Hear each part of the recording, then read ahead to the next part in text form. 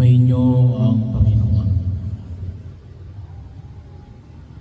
Ang mabuting balita ng Panginoon ayon kay San Lucas.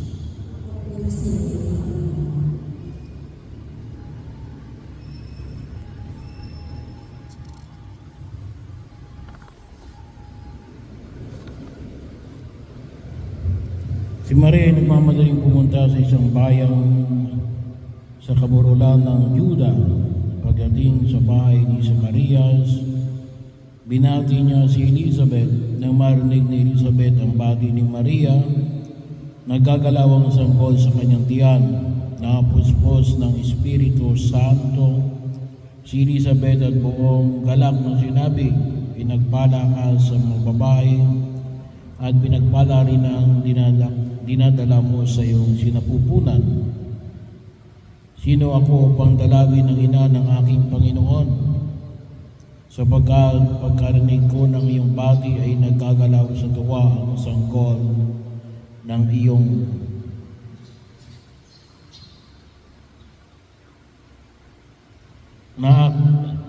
sa aking tiyan. Mapalad ka sa pagkanahanali kang matutupad ang ipinagsasabi sa iyo ng Panginoon."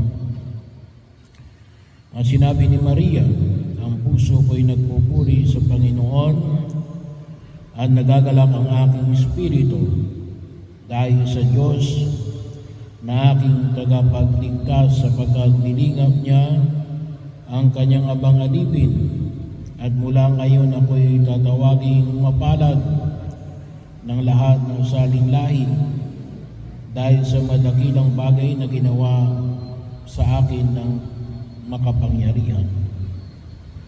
Banal ang kanyang pangalan. Kinaabagan niya ang mga may takot sa kanya sa lahat ng salin-saling lahi. Ipinakita niya ang lakas ng kanyang mga bisig. Pinangalan niya ang mga palalo ang isipan.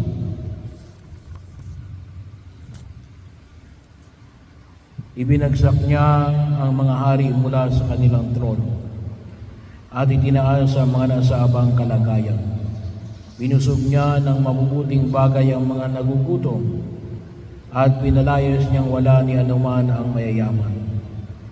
Tinulungan niya ang kanyang bayang Israel bilang pagtupad sa pangako niya sa ating mga magulang, kay Abraham at sa kanyang lahi magpakailanman. Tumira si Maria kina Elizabeth nang may 3 buwan at saka umuwi.